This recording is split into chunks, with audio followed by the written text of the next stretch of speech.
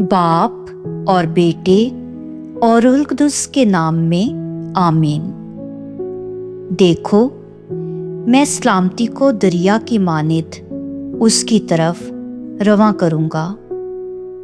इशाया नबी के सहीफ़ा में से हमारे लिए आज की तिलावत उसका 66वां बाब 10वीं आयत से 14वीं आयत तक।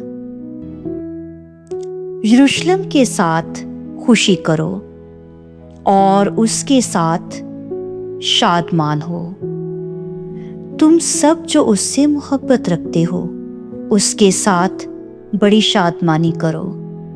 तुम सब जो उस पर नोहा करते हो, ताकि तुम चूसो और उसके तसल्ली दे पिस्तानों से सैर हो और दूध दोहो और उसकी सरवत के पिस्तानों से हज़ उठाओ।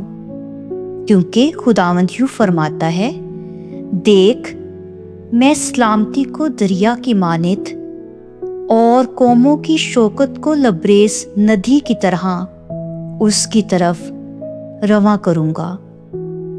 तब तुम चूसोगे और गोद में उठाए जाओगे और घुटनों पर तुमसे लाड किया जाएगा, उसकी तरह जिसकी माँ उसे तसल्ली देती है, वैसे ही मैं तुम्हें तसल्ली दूंगा और यरूशलेम में तुम तसल्ली पाओगे और तुम देखोगे और तुम्हारा दिल खुश होगा और तुम्हारी हड्डियां घास की मानित फूटेंगी और खुदावंद का हाथ उसके बंदों पर जाहिर होगा और अपने दुश्मनों पर गज़बनाक होगा।